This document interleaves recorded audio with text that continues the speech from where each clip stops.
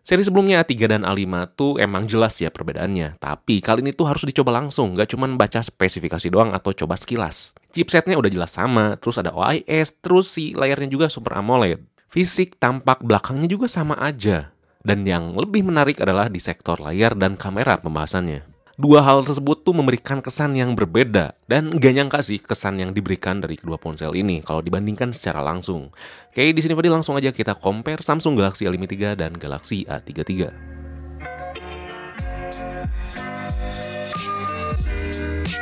Yang pertama tuh fisik sama tapi beda. Sektor fisik sekilas memang sama ya, apalagi di bagian belakang.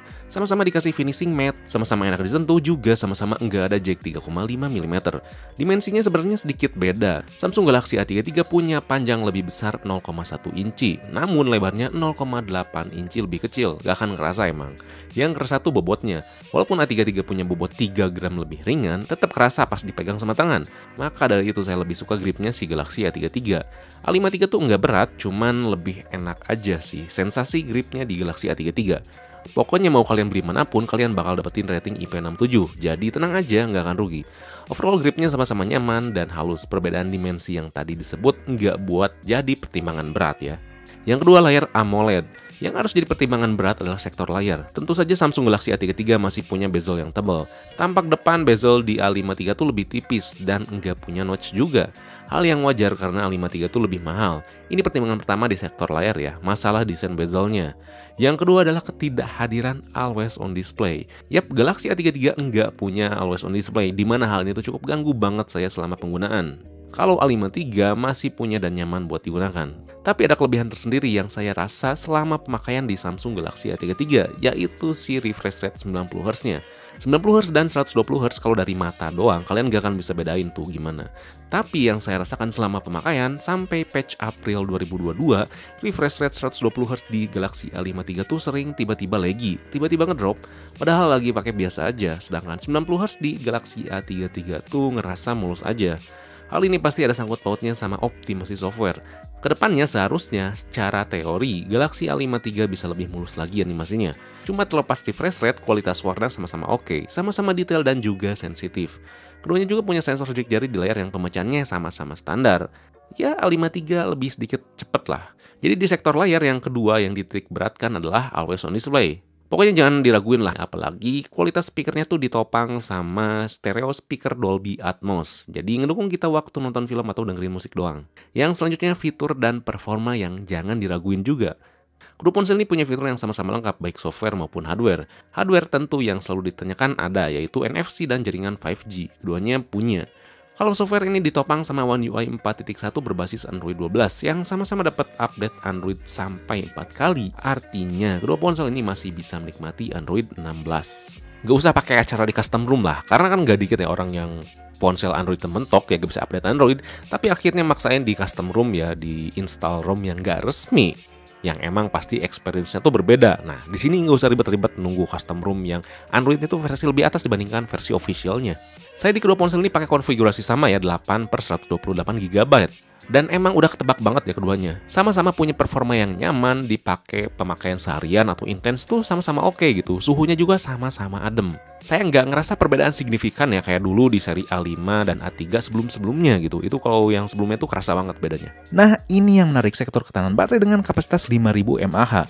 Kalian mungkin pasti pada mikir lah, Galaxy A53 tuh punya 120Hz terus punya always on display. Pasti baterainya tuh lebih boros dibandingkan Galaxy A33. Tapi selama penggunaan realnya, ternyata Samsung Galaxy A53 tuh lebih irit daya. Bisa memberikan 1 jam lebih irit ya screen on time-nya dibandingkan Samsung Galaxy A33 yang bisa memberikan screen on time 7 jaman. Itu dengan pemakaian cukup intens seperti sosmed, buka YouTube, dan hal lainnya tapi tanpa ngegame ya. Emang cuma beda sejam tapi cukup menarik karena ya baterai dan chipsetnya tuh sama. Jadi kalian bisa stop nonton sampai di sini kalau misalkan budget kalian tuh mepet 4 jutaan dan langsung bisa sikat Galaxy A33 karena performanya tuh ya kurang lebih sama aja. Tapi kalau kalian tuh mempertimbangkan masalah fotografi dan videografi, kalian wajib nonton poin selanjutnya sampai beres. Yang 48 versus 64 megapiksel dengan OIS. Kita langsung aja ya lihat hasilnya. Di gambar pertama ini ada indoor dengan kondisi cahaya terbatas. Kedua ponsel ini sekelas bisa ambil gambar buku yang sama aja. Tapi kalau kita di zoom, Galaxy A53 bisa ngambil detail yang lebih baik. Pas kita ngambil dengan lensa ultrawide, Galaxy A33 mampu mengambil gambar dengan minim noise. Terlihat bagian sudut ruangan. Tapi lagi-lagi kalau misalkan urusan detail, emang A53 menang. Di gambar daun ini terlihat ya bulu-bulu halus yang apik ya di Galaxy A53. Kalau A33 tuh kelihatan agak dimulusin gambarnya. Yap, Galaxy A33 memang memiliki algoritma yang selalu bertujuan gambar tuh terlihat minim noise. Sehingga terkadang gambar yang seharusnya detail menjadi kurang ngigit. Kadang tuh terlalu agresif ya nyeleksi noise-nya si Galaxy A33 ini. Kayak di gambar daun dengan lensa ultrawide ini, A53 bisa ngambil gambar daun yang lebih detail, tapi A33 tuh agak kelihatan dimulusin. Untuk urusan warna juga ada perbedaan. Galaxy A33 tuh lebih mainin warnanya sehingga gambar tuh lebih terlihat vivid, yang jatuhnya terkadang agak gelap warnanya. Namun kedua ponsel ini bisa ngambil fokus yang cepat dan bisa ngambil objek yang dekat cukup bagus tanpa lensa makro. Kalau masuk ke low light, Galaxy A33 tuh agak struggle ya kalau misalkan ngambil fokus.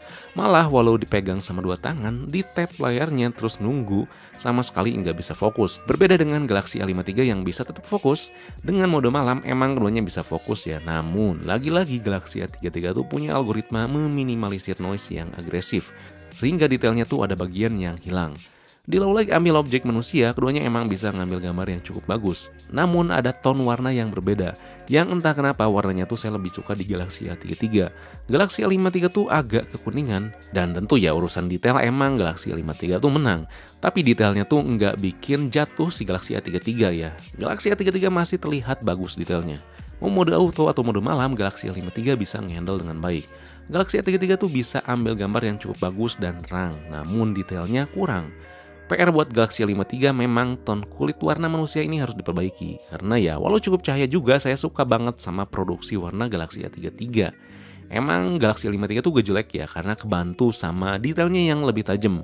Tapi ya tadi buat mata saya agak keganggu dengan warnanya. Yang saya suka di Galaxy A33 adalah masalah backlight. Ponsel ini bisa ngehandle pencahayaan lebih baik kalau ada cahaya menghadang, baik di kamera depan maupun belakang.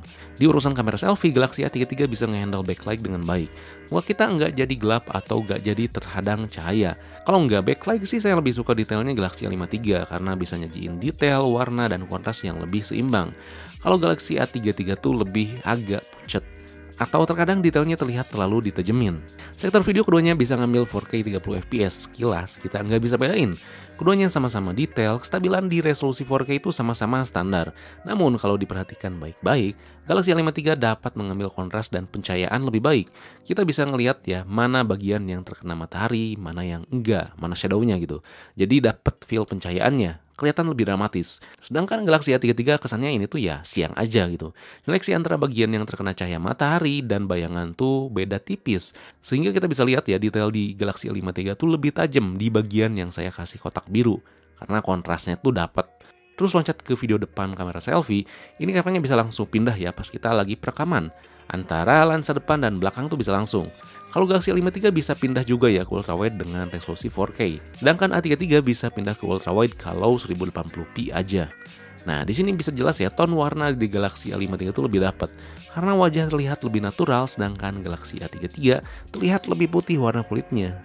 Masalah detail, kestabilan, dan aspek lainnya cukup tipis sih bedanya. Depan dan belakang bisa pindah-pindah ya. Kalau misalkan A53 pindah-pindahnya tuh bisa 4K-nya di lensa ultrawide, tapi kalau misalkan A33 nggak bisa ultrawide, cuman depan belakang aja. Dan nanti lihat hasilnya di layar yang sama, cuman sekilas sih oke lah dua-duanya, tapi nanti kita pastiin di layar yang sama, oke? Kayak gitu. So, ponsel mana yang harus kalian beli? Udah jelas kalau misalkan budget kalian minim, kalian bisa langsung sikat si Samsung Galaxy A33. Inilah alasan kuat lebih milih Samsung Galaxy A33 dibandingkan A53. Dengan budget 4 jutaan, dengan budget yang lebih minim, kalian udah bisa menikmati performa yang adem dengan fitur luar dalam tuh yang sama lengkapnya kayak si Samsung Galaxy A53 dengan perbedaan yang tipis-tipis. Dengan catatan kalian harus terima gap yang ada. Gap yang kerasa tuh ada 3. Pertama di sektor fisik ya, tentu desain layar yang jadul dan kurang terlihat elegan tampak depannya dibandingkan Samsung Galaxy A53. Kedua, sektor softwarenya nggak punya always on display. Dan gap yang terakhir adalah masalah kualitas kamera. Kualitas kamera secara overall emang Galaxy A53 itu juara. Bisa memberikan kualitas warna, detail, dan pengalaman yang lebih solid. Baik foto ataupun video. Emang dalam beberapa hal kadang ya, objek warna tuh ada yang miss. Cuman nggak terlalu parah dan aneh. Tapi di Galaxy A33, sektor kamera bisa dikatakan nggak kalah telak. Dalam beberapa aspek ya, saya lebih suka hasil dari Galaxy A33. Gap yang ada di sektor kamera tuh nggak bikin si Samsung Galaxy A33 jadi jelek atau jomplang. Kalau flagship seri S tuh masih punya varian Lite, nah seri Galaxy A53 masih yang paling cocok dikasih nama seri S Lite ini.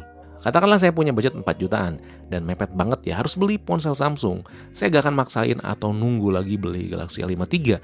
Langsung beli Galaxy A33 dan gak akan ngerasa rugi. Kecuali ya Samsung tuh ngasih harga yang sama kayak A53 sekarang yang dijual, terus dikasih chipset yang lebih powerful kayak Snapdragon 778 atau lebih. Atau juga sektor kamera tuh jauh lebih baik ya dibandingkan sekarang. Entah dari sensornya yang baru atau algoritmanya yang lebih canggih. Baru saya mau nabung dulu beli Galaxy A53.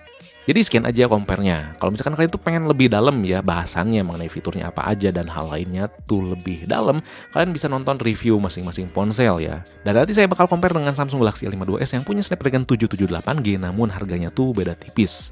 Kalau misalkan masalah charger, saya gak akan jadi masalah yang begitu besar ya, karena charger 15 watt tuh bukan kemampuan maksimal si Samsung Galaxy A52s. Oke, jadi sekian aja ya. Kalau misalkan ada yang ingin tanyakan, kalian bisa tulis komen di bawah. Dan jangan lupa juga buat like, share, subscribe, Pixme, lalu nyalain lonceng notifikasinya biar gak ketinggalan video compare berikutnya. Oke, di sini Fadil, peace out.